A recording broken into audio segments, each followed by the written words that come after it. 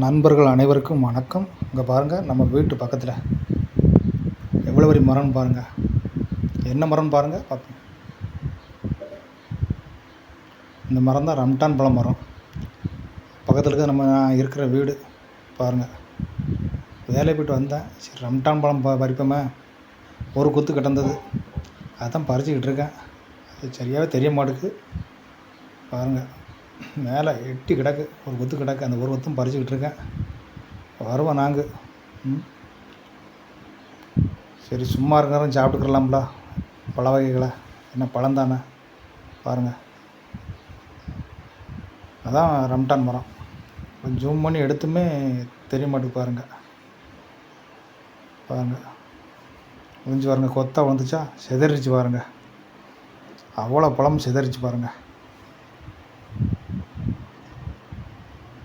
எவ்வளோ அழகாக இருக்குது பாருங்கள். நல்ல பழம். ஒரு 2 கிலோ இந்த பழம் இருக்கும். 2 கிலோ, குறைஞ்சி 2 கிலோ இருக்கும்.